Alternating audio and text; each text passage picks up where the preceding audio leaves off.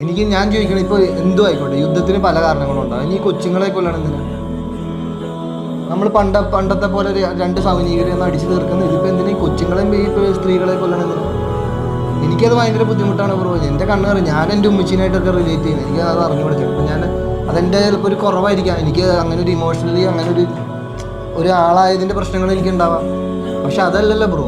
എന്തൊക്കെ പറഞ്ഞാലും ഇപ്പം പണ്ടത്തെ പോലെ അടിച്ചു തീർക്കുന്നേ.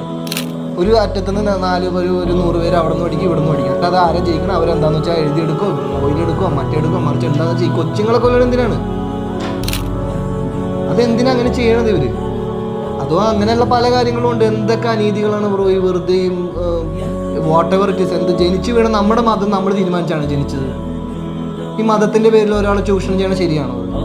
ഇപ്പം ഞാൻ എൻ്റെ വീടിൻ്റെ അപ്പുറത്താണെങ്കിൽ ഞാനൊരു ഹിന്ദു അല്ലേ, അതിൻ്റെ അപ്പുറത്തെ വീട്ടിലാണെങ്കിൽ ഞാൻ ഒരു ക്രിസ്ത്യൻ അല്ലേ. അപ്പോൾ ഇതിൻ്റെ പേരിലൊക്കെ ഒരാളെ നമ്മൾ ഒരു പറ്റുന്ന ആൾക്കാരെ മാറ്റി നിർത്തുകയോ അല്ലെങ്കിൽ ഒരു ചൂഷണം ചെയ്യാന്നൊക്കെ പറഞ്ഞാൽ എല്ലാത്തിലും ഉണ്ട്. നല്ലതും ചീത്ത എല്ലാത്തിലും ഉണ്ട്. ഇപ്പോൾ ഒരാളിൽ തന്നെ ഇല്ലേ നല്ലതും ചീത്തതും? പെർഫെക്റ്റ് ആയിട്ട് നല്ലതെന്ന് പറഞ്ഞ ഒരാളുണ്ടാവും. എന്നിലെന്ത് മോശമുണ്ട്, ഞാൻ അത്ര നല്ല ആളൊന്നും അല്ല, എന്നാൽ എന്നിൽ നന്മയുണ്ടല്ലോ. അതേപോലെ തന്നെയാണ് എല്ലാവരും. അതിൻ്റെ പേരിൽ ഈ പറഞ്ഞ എന്തിനാണ് ചെറിയ ജീവിതം, നാളെ ആരും എഴുന്നേക്കുമെന്ന് പോലും അറിയാത്തൊരു ജീവിതത്തിലേക്ക് കിടന്ന് ഈ യുദ്ധമൊക്കെ ചെയ്ത് എന്തിനാണ്? ആരെ കാണിക്കാനാണ്?